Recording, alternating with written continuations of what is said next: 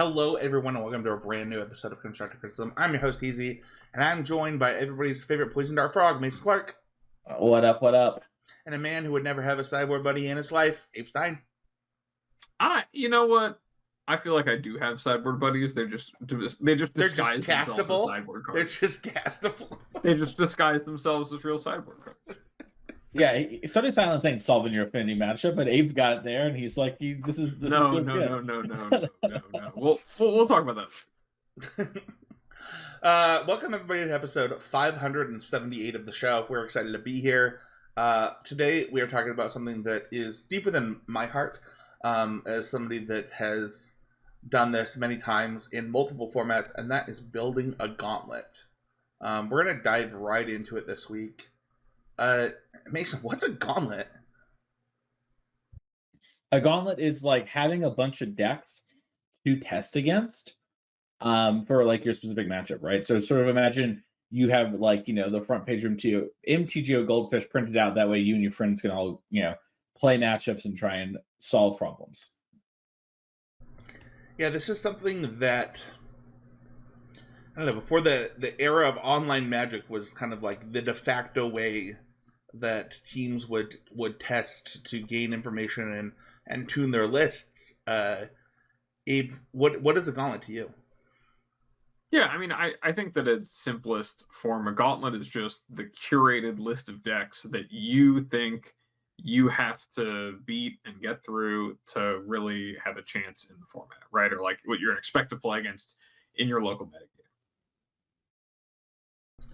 Yeah, and, I think that is a really good description. One of the things that I think about when I think about gauntlet testing is, kind of like this level 0. We talk a lot on this show about level 0, level 1 type of stuff, and like what to expect, so to speak. And I think, Abe, what you said kind of summarizes that, right? It's like, all right, if we think everybody's at this level, what does the format look like? Mason, when do you, or actually, Abe, I'm going to ask you, because you said something before the show that I want to dive into already. When do you do gauntlet testing? Like, when do you sit down? Maybe you have a bunch of proxy decks. Maybe you've got a couple people or a few people with mana traders. Use the code CCMPGA to check out. When do you do this? Yeah, I think that this is really like the best way to do testing, or really establish like a baseline for yourself of what a format is about, or what decks are best in a format, or what you really are drawn towards, what you really like, either through the way of kind of building out a gauntlet and playing it against itself to kind of get a feeling for the format and what's going on in it and what the matchups are. But also, if you've kind of done that already, what you want to play, but you have new ideas, or maybe a brew you want to iterate on, something that you want to really run through its paces. The whole idea of running the gauntlet is to see if it's strong enough to really make it to that next phase, right? If it's a brew, does it match up well against, the things in the format that I think matter most? And, where does it stack up and where does it not? And kind of using that as a way of discovery for, an idea that you're working through. Yeah, I think that for me, the times that I've done this the most are when I had like you said, like I had a specific idea on how to attack the format and like wanted to have checks and balances. Another time that I will do this, and I don't know that you have to actually run the gauntlet to do this, but I like to do it that way, is when I'm building a sideboard mapping. When it's like, okay, do I actually have sideboard cards for every matchup? Do I have the right cards, the right ins, the right outs? How do they play out? I think that's a valuable thing to look at. Additionally, like, just getting reps versus like dedicated testing. Like, if you're going to do this type of dedicated testing anyway, and you have the manpower to do this, it's a good way to get good reps in. What about you, Mason? When do you think that gauntlet testing, is the most valuable? I think early on when you're unsure, right? Like I think when you're just like, I think this deck is good. I kind of want to play it. Getting a bunch of games against like, a wide swath of things can be helpful, especially if it's like a deck that you think is good, but you have a hard time articulating, right? So it's like a good example might be like maybe think Esper Gorios is a good deck in modern, but it's like maybe you're struggling to do that. So you play a couple games versus Belcher and Brood Scale and Energy, you kind of run through them and try to get a feel for like what your deck's actually doing. I think that's where I have seen a lot of good benefits from it. Not to say that other things aren't true, just more like that's like been my lived experience of it. I actually really like that. For just getting a base understanding of your deck in the format. If you have the manpower to do kind of the like run the gauntlet, so to speak, that's a good way to just be like, okay, I can get a base understanding of this deck. And there's lots of decks that kind of can benefit from that style of testing rather than just jamming them through leagues. Especially uninteractive combo decks. I think like I think that's a good one for by yourself. We don't talk about this enough, but like Abe talks about goldfishing. I'm sure sometimes Abe pretends he's against a deck that's also trying to kill him on turn 3 or whatever, right? And he's like, okay, if I sit down at the RC and I'm playing Amulet and I'm playing the Amulet Mirror for some of his goldfish games, right? Like you can do that with a gauntlet very similar with Storm, and kind of get a feel for some stuff in that vein, or even just, I think that's something that doesn't get talked about enough that I have done on my own during testing when there's maybe not enough people, and it's like, oh, there's Mason in the corner again, getting stormed on. So. Well, I think that like you learn tension points, right? Like you learn key turns, key cards in matchups that you can't really get in other ways when you do it that way. I mean, I guess you could infer in a lot of ways, but getting the reps in is definitely helpful. Yeah, some people are much more hands-on, physical, get in your face, Sorry, but I feel like you want to say something there, and I kind of interrupted you. Oh, I really just think that kind of something that is almost to me the most valuable, like part of assembling a gauntlet is then just having the gauntlet, right? The process of like picking out the decks that you want to test against and like establishing a picture of a metagame that you are, thinking about. I think that it's a really good exercise for definitely for an individual, but certainly also for a group of people working together. Right, if you're working with a testing team and you need to narrow down, like, hey, what are the decks that everyone's worried about that we're willing to put the time into, making sure we have practice and an understanding of the matchups against for whatever decks we're considering. Like, let's hammer those out and get some matches in with them and get some impressions, and also then like make sure that they're things that we have on hand, just for ease of access. Like, be it you are doing testing in person, an LGS or a common space. So like, okay, well, I've got this deck proxied up so that we can battle, and you can bring your deck and we can play it out, or that you have it built on Arena or Magic Online. I mean, I know in preparation for the spotlight over the weekend, like kind of hammering down, okay, what are the decks that we are most concerned about? We want to make sure we have the most reps with and against, was a big part of the early part of our testing process for a format that's already been, been pretty defined by previous events and by a bit of stagnation. So I think it's like, it's important, of course, to actually use it, but even sometimes having just the time and thought put into, okay, what are the decks that are really representative of the things in the metagame I want to see and want to play against? Like, you might not have time realistically to play against 4 color in standard, for example, like 4 color control and blue-white control and every other control brew under the sun there. But if you isolate, 1 or 2 that you maybe don't play against on ladder a lot, or think that people will actually bring to the tournament, maybe you don't have exactly their build, but you can get a sense for like the general play patterns that will occur there. And make sure that you have a diversity of things that you're playing against. So as you get closer to, the end state of having a completely fleshed out, deck list with sideboard plans and everything, you have a good sense for what the whole format is about and not just what you've been thinking about lately. I love that. I want to go back to something you said early on in that too, about the team aspect, and kind of you kind of laid out why that's important. And I think that a lot of people can reap the benefits of this activity that they maybe have never done, and they don't quite understand it in a lot of ways. I remember, and as an example, in 2016, I don't remember what the Etherworks Marvel Pro Tour was.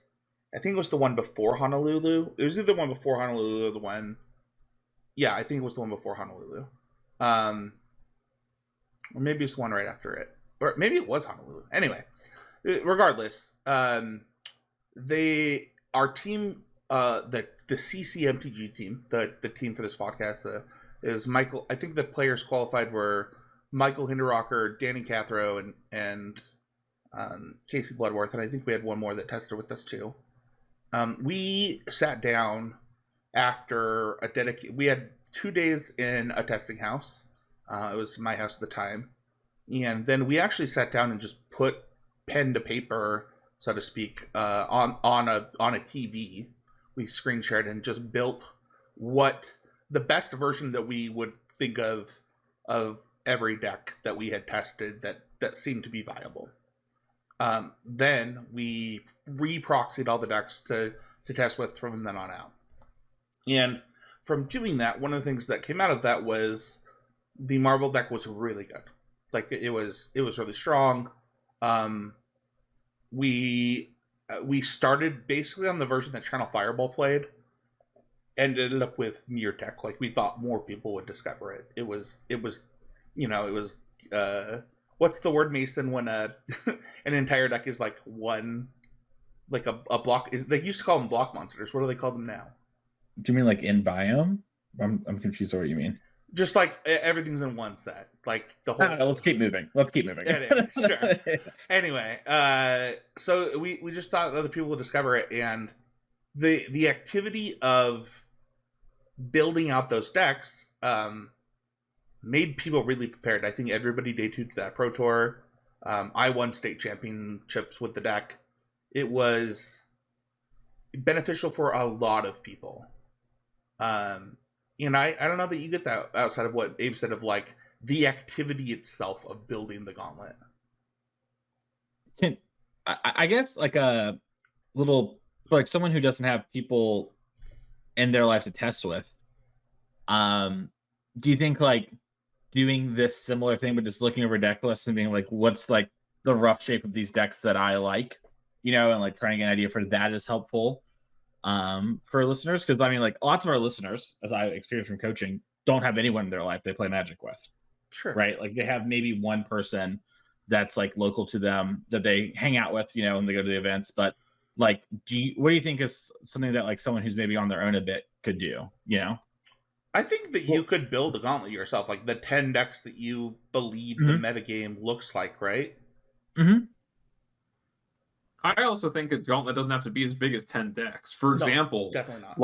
The first time I ever was exposed to the idea of a gauntlet was, I think it was just an article that Brad Nelson used to do a long, long time ago. But it was these are the decks that you need to be prepared for if you're going to try to win, your next Star City Open, right? If you're going to try to go to this thing, these are the decks you need to prepare for. And it was here is the de facto best aggro deck. The aggro deck that you'll play against the most. Here is the control deck you'll play against the most. Here is, the ramp deck you'll play against the most. Here are good deck lists of them so that you can know, what to be prepared for, what the best players are going to be playing in these archetypes. So if you have your deck that you want to play, you've identified the key matchups that if you're not going to be able to test extremely rigorously, you've identified the key matchups that you need to learn more about or make sure you have plans for, and then work through it that way, right? It's it's an exercise and really building and having a gauntlet in mind of, what are the things that I need to beat or be prepared for. That's something you can do on your own, of saying like, okay, what if I know I'm going to be able to prepare for, 5 matchups? What are the 5 matchups on my sideboard guide, or 5 matchups that, based on my deck choice, I need to make sure that I'm good in these 5 matchups? Taking the time to analyze what makes that happen and what is a good choice given that is still an exercise you can do on your own, even if it's never playing matches or not playing matches against yourself. That's still something that can be extremely beneficial, because it puts a real, reality to the problem in front of you. Well, I think even Mason earlier, you even said like, a gauntlet can just be the front page of Goldfish, right? Like it can literally just be the thing in front of you. But do you know what the front page of Goldfish looks like? That's a question you have to ask yourself. And, I think anybody could go to Goldfish and look at it. I think the question becomes like, do you think that front page is level 0 or level 1? Or do you think that based upon previous results, personally or as a group, that might change? Like what does that look like?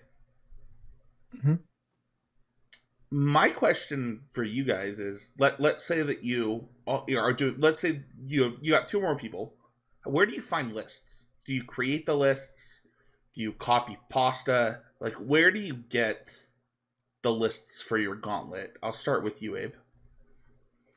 I think it depends from like group to group for me. What I'll typically do is I will just pick what looks to be the most common and not crazy lists that I can find on MTG Goldfish. So like if I see someone with some spicy tech in a challenge that like top 8'd, I'm less likely to pick that than something that is just kind of, middle of the road. For example, if I was, testing for Liverpool and, trying to play standard, I would just go to, what is the most normal looking, VV Cauldron deck? What is the most normal looking mono red aggro deck? Most, normal looking Dimir mid-range deck? And just kind of make sure that those are the ones that are represented. Now, one thing I will do is if there's a deck that I'm specifically interested in. So, for example, in testing for Baltimore over the weekend, I knew I was going to be playing Is It Cauldron, and I also knew that the Dimir lists that are playing Azure Beastbinder are stronger against the Cauldron deck than the bat versions. They just are a little bit better at kind of disrupting you and keeping you off things, and the creature's a little bit harder to remove. So, given that, I was like, okay, well, are people going to play bats? Yes. Do I think that's going to be easier for me to beat the players with bats, or I know exactly what that will change in my sideboarding or the hands I want to keep? Great. Then let me make sure I play most of my matches in this matchup against builds with the cards I'm most afraid of. So that's another approach. If you don't want to just take something stock, but you have an idea in mind of what I want to test, really put yourself through the hardest paces possible, right? Put yourself in that worst case scenario of a matchup with a list that is reasonable, and see how that fares, to really give yourself the best chance of understanding what the flaws in whatever your idea is, or the hardest challenges you can run into are. Yeah, it's almost like picking lists with like sideboards that are specific for your deck, right? Like it's like, this sideboard definitely has my deck in mind. Let's play against this one because this is going to be a larger percentage of my games than not. What about you, Mason? Is there a place that you would go to find lists or look for lists if you were building a gauntlet? Yeah, I would try this to be pretty stock standard, right? Like, even though there will be innovations, like if you look at this past weekend, like Pugsley and them all brought Stoyer, Duelist of the Mind to their deck. And while they maybe regret doing it now for Twitter, that's something that like I wouldn't, you're not maybe gonna have time to figure out, etc., especially if that's not a deck you're working on. So having kind of the baseline, most recent, like Abe said, a reasonable deck is sort of what I'm looking for. And then I do think like, we're talking about this, we're talking about printing out proxies, right? Like you go to Goldfish and click print proxies on the page. It's fine to print out a couple more cards and just put a little notation with a little marker, and then be like, okay, this is what it's like we want to have the blue-black deck, to use Abe's example, versus VV, and you just take those cards and swap them, and it's like, okay, great, we're, back to testing our blue-green, Simic aggro deck. Great.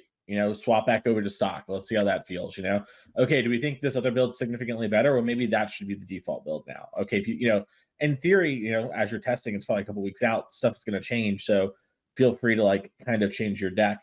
But I wouldn't try to be like, oh, this is, like, the most recent version of, whatever Amulet Titan deck, and it has a bunch of weird cards that no one's ever played before. Maybe that becomes stock, maybe it doesn't, but, like, you don't want to over-index into the wrong area, because your goal of testing, right, is to answer questions and to find new problems to solve later.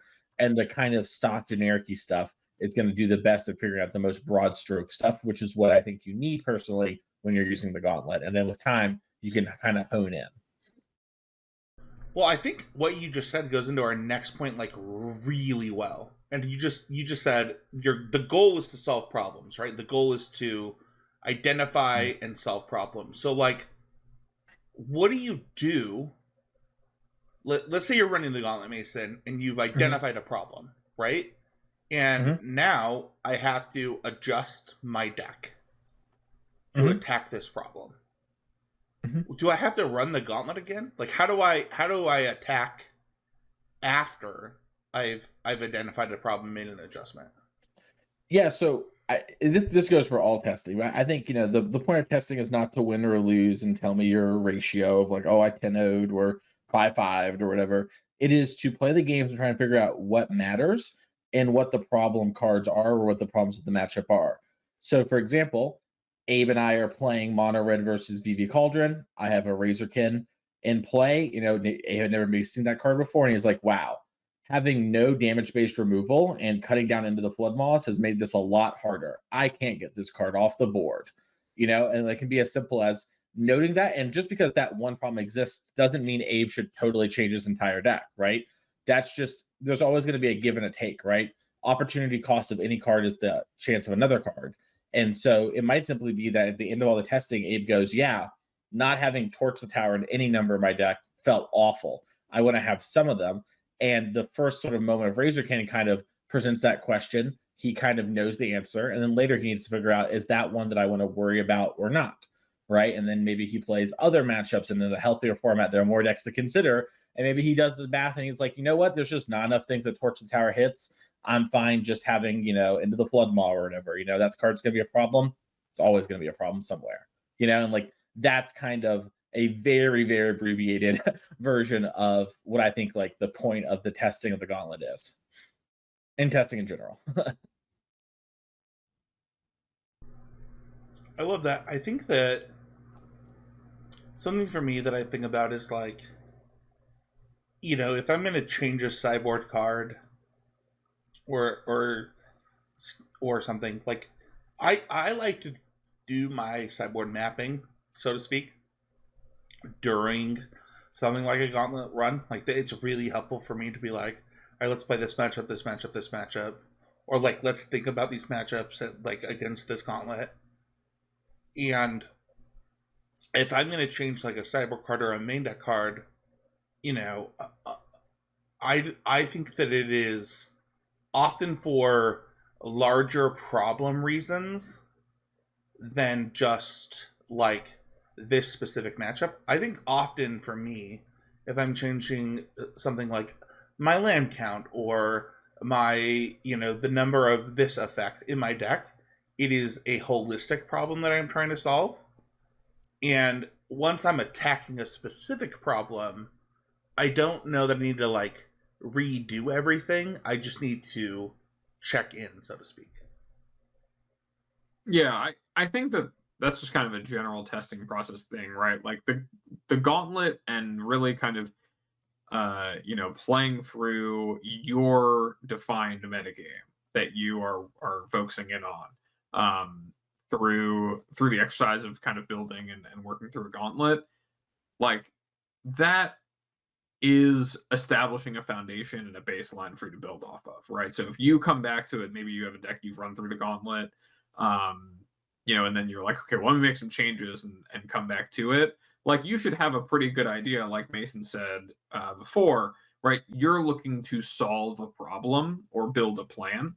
And you want to stress test that plan and see if that actually does solve the problem. So by that stage of things where you're looking at coming back to it, unless you're coming with an entirely new idea or a new approach, you probably don't need to run right everything all over again. You just want to make sure that that plan does work the way that you want it to, right? And if it doesn't, then you just need to go back to the drawing board and figure out a way to do what does, right? If that's changing cards in your deck or changing your sideboard plan, then you're really focusing on one matchup. But the exercise of not just focusing on one matchup, focusing on how do I fit into the picture of the format as a whole, I think is really the difference of taking the time to build a gauntlet as opposed to just kind of piecemeal doing things one at a time.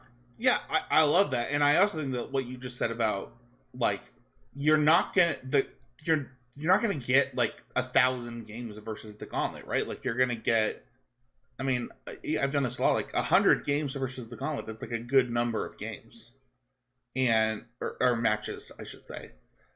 Like that's like very dedicated testing, and it gives you a real good baseline of like what your deck looks like in the format and an understanding of it. But like you just said, that's the point, is the baseline, the understanding of what's going on. So I love that. Anything else you guys wanted to kind of hit? You know, we talked about, you know, a couple. I just want to highlight some things, I guess. I'll say, you know, when building your gauntlet, like think about like what people are likely to bring, what the baseline of that is, like the, you know, the level 0 to 1 of what that looks like, and then, you know, once you've done that, you know, put yourself through your paces. You know, make sure that you are dedicated in your testing versus each deck, understanding, have a plan for each matchup. That's the point of the gauntlet, and then building the gauntlet itself. Like, I think that's the other thing that is the whole point of this episode, is the value of just doing that so that you have a baseline understanding of the metagame you're trying to attack is really valuable. So, should we wrap this up with our sponsors and move on? Let's do it. Don't forget to check out untap.gg. They are the #1 deck tracker on Arena, and you can use the code CCMG for mana traders at checkout to give us a little bit of a kickback. And you know, I use mana traders all the time. I used it yesterday, for example, and it is the best way to rent cards on MTGO. So if you're getting ready for the RC, you know, use our code. Check it out. You can become a Patreon at patreon.com/CCMG, just like Kyojin did this week. Become a patron of $5 or more. You get access to the Patreon Discord, as well as the Patreon question of the week. This one is from Nick, and Nick asks, what card would be your sideboard buddy, aka your poison dart frog? Mason, I'll start with you. All right, I'm going to tell people about this, because I don't want to name names, but somebody, a big content creator in Magic, didn't even know this had happened. And so I'm sure other people missed it too. Over the last weekend at the Spotlight, Abe was slain, not by this person, I don't think, but, you know, unfortunately, Abe did not win the tournament. The person who did had Poison Dart Frog, which you can look up if you want in your free time. It's a cute little frog, an uncastable card in his sideboard. It was just his sideboard buddy, his friend, and just didn't want the 15th card. And, you know, it's been an existential crisis for some, liberating like myself for others. And that's where this one comes from. And I don't really have a buddy, but I would say like my emotional support sideboard card in Standard is Negate. Like I feel like every time it comes down to the wire, I'm like Old Faithful, like, you know, Rock when the Simpsons meme, I pull up Negate, even just a one of in my sideboard. I'm so happy. And in Modern, this was true for like 4 years. I didn't realize until I looked back, I had engineered explosives in every sideboard for like 4 years. So I think that one has to be my like, sort of like companion buddy. Who even knows it was good? I just really like the EE. It's like, yeah, it solves some issues. What are those issues? I don't know. They'll come to me as the day comes on, and I'll, play against Infect and be like, thank God I have this EE, But that would be my sideboard buddies. What about you, Spencer? I don't know. It's like format dependent because, like, if I just like picked a card that like was uncastable in my deck, it would be like, if Sucker Unbroken is legal, I guess I'd just put that there if I didn't need the 15 sideboard card. But I think oftentimes, like, I feel like I just put in a Braid a lot over like, I don't know, more efficient cards. Like, I'm just like, you know what, this'll come in. Like, well, this will be good. It's kind of like the negate effect. You're like, all right, I'm just gonna make this in a Braid rather than a cheaper card. It'll fill multiple roles. It'll be fine. What about you? I'm a massive fan of the emotional support Spell Pierce. I've been riding on Spell Pierce for a while. That card's just good. It always makes me feel good. If I have one, I never feel like I'm not safe. This really says a lot about Abe Someone's and I's personality. With your Spell Pierce and I'm negate, we're like, I want to never. I have that anxiety. It's like I'm paying the one more, and you're never paying. And you're like, life's short. Spell Pierce is good enough. And you're right. I shouldn't pay the one. I do a lot. I shouldn't pay the one.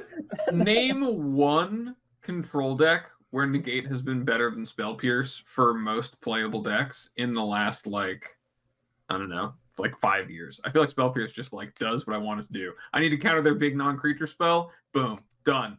Exchange, like, that's the whole transaction. I tap a blue mana, we're on the next turn, and it's mine. So it just does what you need it to do. 2 is just too much to pay. But if I have a Spell Pierce, there's always hope.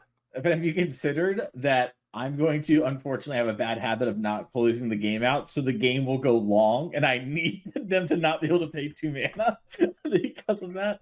No, but jokes aside, I also just love the negate art. The like full art negate that's like the Jace mushroom. That's one of my all-timers to me. And I've got a bunch of them. Mason, do you know how you got that? I mean, I have 7 of them. I learned the other day. Do you know what that is? The Jace mushroom? Yeah, do you know what that is? Oh, it's a player reward card. That's what you're saying. I got it with my hard-earned cash. Yeah, so you used to play tournaments, and they would send you magic cards. Oh, they do that still. I play tournaments, I win them, they give me money. No. I'm just kidding. Yeah, my foil Snapcaster Mage came in the mail. Dang. Back when it was good. Well, secret layers. It's like secret layers. I get it now. No, okay. No, it's like yeah. Always improving is the point of the show. Every week we try to get better. We try to improve. Abe, this week, you're on first. What did you do to improve in Magic or life in general this week? Yeah, so my most improvement this week came from the Spotlight.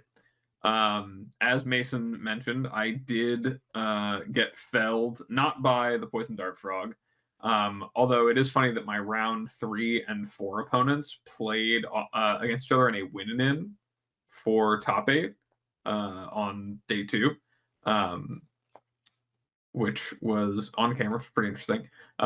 Just had a pretty tough tournament, but I had a lot of spots where I'd done a lot of work and I played VV Cauldron. I felt really good about my my specific 75 and my plans, and things didn't work out for me for one reason or another. A lot of them being that the deck is very hard, the format can be really difficult, and I really, especially by the end of the day, just like was not on my A game, and made some mistakes in navigating a game that I think I very easily could have won had I not made those tactical errors.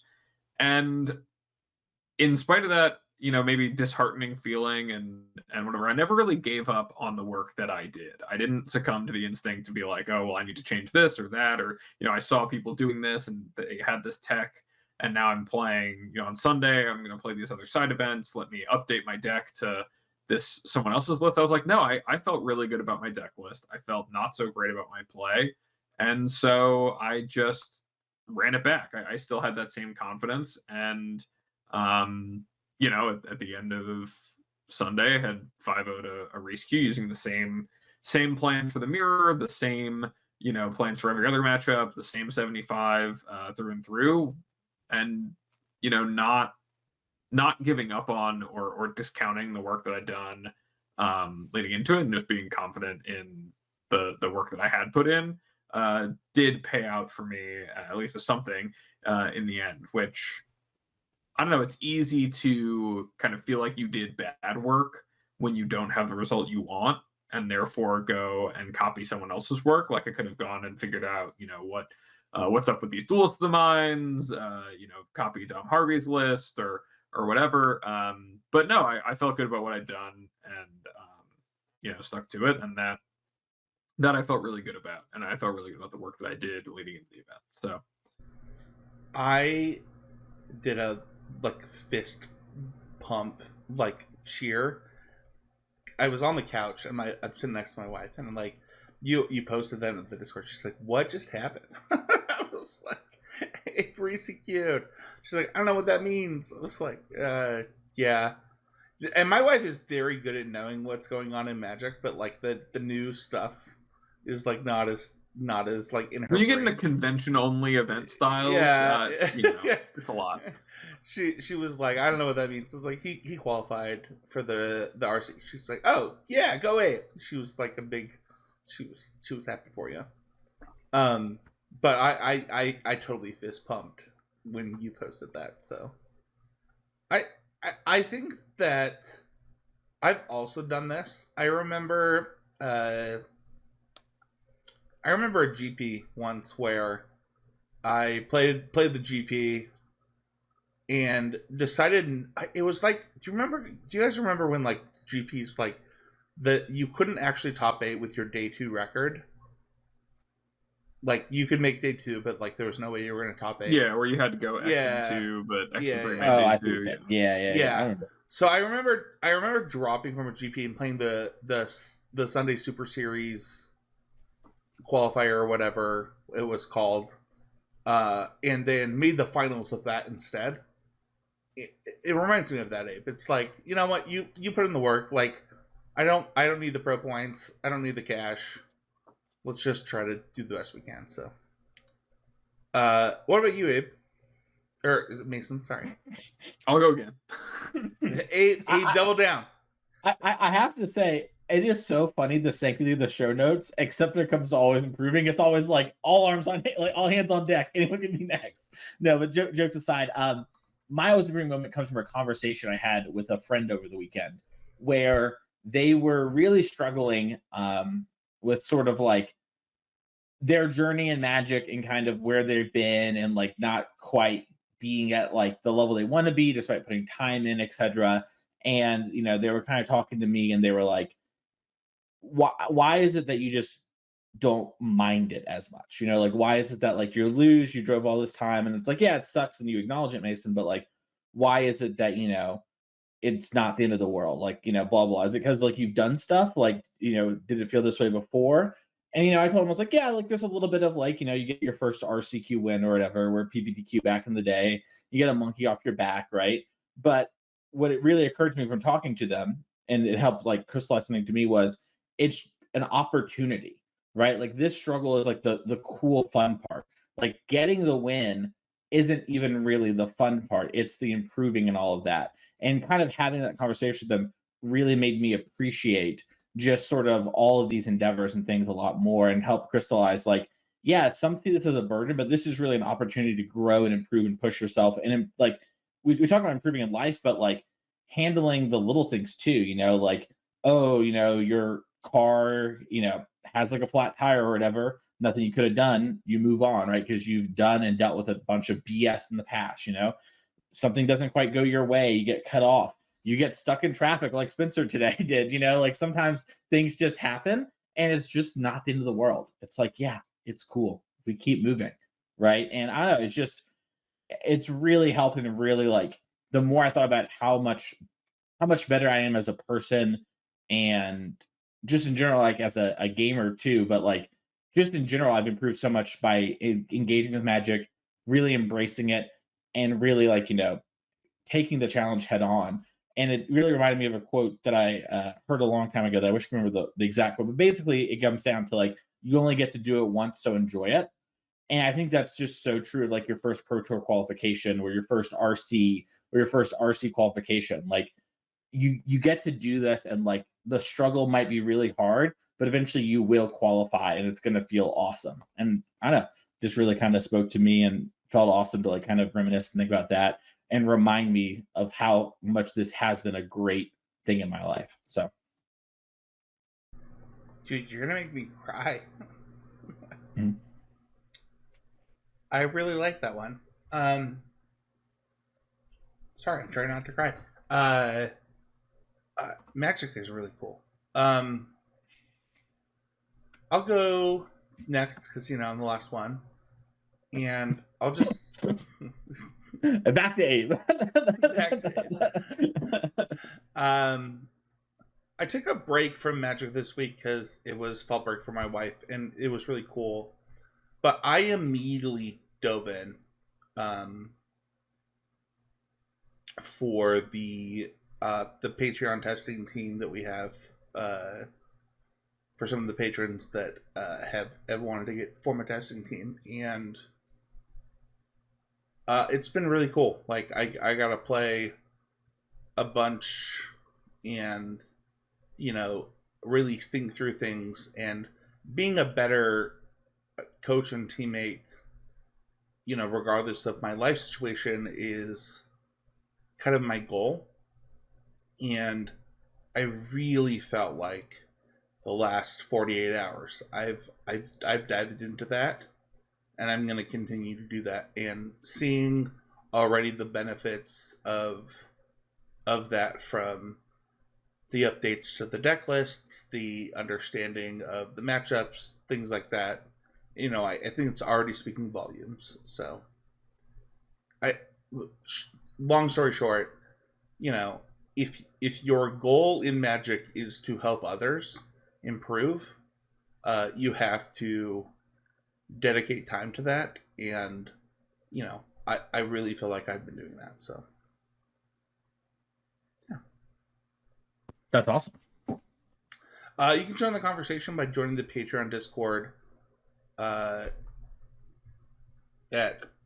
going to patreon.com/ccmg, become a patron of $5 or more. There's a public Discord for all of Heezy Game Media. You can also leave a YouTube comment. We're getting a lot of firsts. People be doing the first thing, Abe, but we know what they're not saying is how handsome you are. Then you gotta mention how handsome Abe is. Yeah, otherwise the algorithm thinks you're a bot. So you have to say, I'm the first one to notice how handsome Abe is. Exactly. You can check us out on Twitter at CCMG, and I think it's CCMG Pod everywhere else. Like, comment, subscribe, review wherever you are. Where can people find you, Mason? Find me over on Twitter at Mason E. Clark. Find me at twitch.tv/Mason Find me commentating the last open NRG paper event of the year this weekend over at twitch.tv/the series. I guess I will shout out, because I feel like not enough people have seen it. There's an online tournament happening for NRG on November 9th. I want to say it's either the 8th or 9th, but basically it's a way to get into their champs playing sealed online. People say they want to play the NRG events. They can't play them normally because of their geographical location. Abe. And this is the way to get into a $25,000 24-person PTQ prize pool. All you have to do is win that event. I think that's super awesome. I'm hoping that we can bring some sort of coverage-like thing to that as well. You can check me out on all of those things. If you want to reach out for coaching, you can. MasonEClark@gmail.com, along with my Twitter DMs, are the way to do that. Abe, if someone wants to find you, where can they go? Wait, hold on, though. Hit me. What's up? I think it might have already capped. Oh, did the event cap already? When I looked earlier today, it was close but no cigars on the cap. Oh, okay. No, it might have. That was like literally this by the time we post this, it might have capped. I just don't want I'll say this. It is an insane value, especially if you like limited. I mean, like, you get a 1 of 24 seats at this $25,000 PTQ. Yeah. I had people be like, "Oh, are they going to do a constructed one? I was like, maybe a little one modern one. But they'll definitely do this again because I played the 5th. So there's 253 spots left. Yeah, you're not allowed to talk about it, Mason. Well, I just checked the website. There's still some. I mean, this actually feels wrong because this number feels bigger than it was earlier today. Wait, but did they increase the number of players? Maybe. I don't know. What was the number of players? I don't see a reason why they couldn't increase the number of players on Magic Online. Yeah. I mean, that's one of the benefits. I'm going to put it in our personal chat for the Discord. Also, that way we can add it to the show notes for listeners. Okay. To sign up online. Because it was capped at 4 something. Yeah, maybe. I don't. So full transparency, I work with NRG, especially on the coverage side. I kind of take care of all that stuff these days. And I do not know all the details about this. I was simply told this is what's happening. Okay. And I do remember there being a cap. Well, there was like an initial cap, and it's possible that demand was so high they grew. That's cool. That's actually cool. Good on them. Yeah. Cool. I will say this: NRG really tries to prioritize players, as like the tagline is invest in the memories. And so this has been something that Norm's been working on for the last year. And I heard about a year ago and kind of like brushed as like, I'll believe it when I see it. You know what I mean? And so I'm really happy to have seen it actually come to fruition. That's awesome. That's awesome. Sorry, Abe, I didn't mean to steal your where to find you. I just wanted to. It looked like it was going to cap. So. Oh no! After this episode drops, it's gonna. Yeah, when everyone who listens to this goes and signs up, there's gonna be no spots left. It's an insane $25 PTQ. And when you don't find that, you can find me on Blue Sky at More Nothings. You can also find me at Twitter at More Nothings. And if you're looking for coaching, you can DM me on either platform or send me an email at morenothings@gmail.com. Just put coaching in the description. Spencer, where can people find you?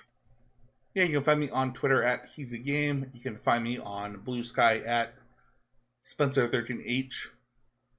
You can find me every week on the Neat to Nerd podcast. This week we are doing Harry Potter and the Chamber of Secrets for Halloween, and we actually reached out to 3 non-binary and our trans Magic players to get charities so that we could do the episode to donate to. Those will be in the episode for donations, and we'll be donating to all 3 charities that they said as well. Also, I can officially announce that we did find a recording slot for Constructed Clash, and if you have a matchup or a format you want to see on that series on this YouTube channel, leave a comment. Let us know. We're taking suggestions. We've got a Discord running. We're really excited for the future and how we're going to do it moving forward. So that will do it for this week's episode of Constructive Criticism. I had a lot of fun this episode. I hope that you did too. And we'll see you all next week with a brand new episode of CCMTG.